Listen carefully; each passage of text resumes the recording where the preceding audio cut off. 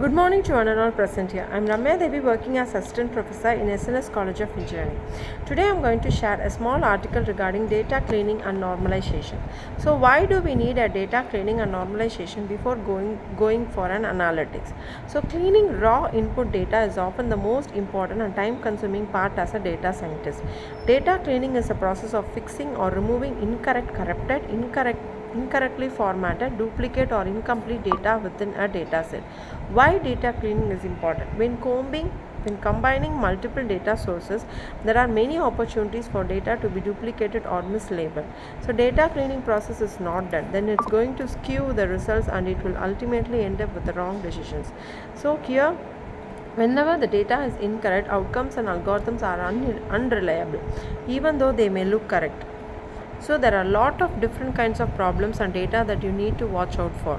One is outliers, missing data, erroneous data, irrelevant data, inconsistent data, and formatting. Outliers. So outliers are those data points that are really far from the rest of your data points. In other words, an outlier is a value or data point that differs substantially from the rest of the data. An outlier is an extremely high or extremely low data point related to the rest of the data points in a data set.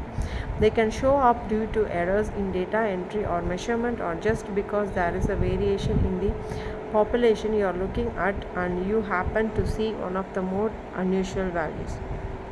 Here, so the data cleaning. So here we have missing data. A missing value can signify a number of different things. Perhaps a field was not applicable, the event did not happen, or the data was not available. So erroneous data, wrong data, invalid data that the program cannot process and should not accept. Irrelevant data are those that are not actually needed and don't fit under the context of the problem we are trying to solve. And next is the inconsistent data. Data inconsistency is a situation where there are multiple tables within a database that deal with the same data but may receive it from different inputs. Next is formatting. Data can be inconsistently formatted. Take the example of dates. In the US, we always specify month, day, and then the year, but in other countries, they might do day, month, year. So data normalization. So why do we need a normalization? So normalization is basically a data preparation technique that is frequently used in machine learning. The process of transforming the columns in a data set to the same scale is referred to as normalization. Every data set does not need to be normalized for machine learning. It is only required when the ranges of characteristics are different. Normalization is used to scale the data of an attribute so that it falls in a smaller range, such as minus 1.0 to 1.0 or 0.0 to 1.0. Normalization helps to improve the performance as well as the accuracy of your model better. So it will not affect regression model that much, but it needed for linear discriminant analysis and Gaussian naive Bayes. So here there is a useful when the feature distribution of data does not follow a Gaussian distribution.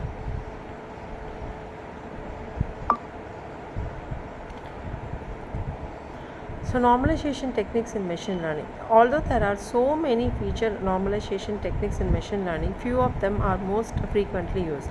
These are as follows. Min-max scaling. This technique is also referred to as scaling. The min-max scaling method helps the data set to shift and rescale the values of their attributes so they end up ranging between 0 and 1. Standardization scaling. Standardization scaling is also known as Z-score normalization, in which values are centered around the mean with a unit standard deviation, which means the attribute becomes 0 and the resultant distribution has a unit standard deviation. And next technique is helpful for various machine learning algorithms that use distance measures such as KNN, K-means clustering, and principal component analysis. Reasons for outliers in data. Errors during data entry or a faulty measuring device or a natural occurrence of an data. Next is box plots, so which is the method used for detecting outliers. So box plots are a visual method to identify outliers. Is one of the many ways to visualize data distribution. Box plots divides the data set into three quartiles. One is 25th percentile, 50th percentile, or 75th percentile. Next is the interquartile range method is used by box plot to highlight outliers. IQR stands for interquartile range, which is the difference between your 75th percentile and 25th percentile. So the IQR method computes lower bound and upper bound to identify outliers. So lower bound Q1 is equal to 1.5 into IQR and Q3 plus 1.5 into IQR.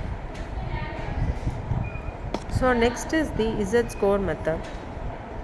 So the Z-score method is another method for detecting outliers. This method is generally used when a variable distribution looks close to Gaussian. So the Z-score is the number of standard deviation a value of a variable is away from the variable mean. So Z-score can be calculated as mean divided by standard deviation. Thank you.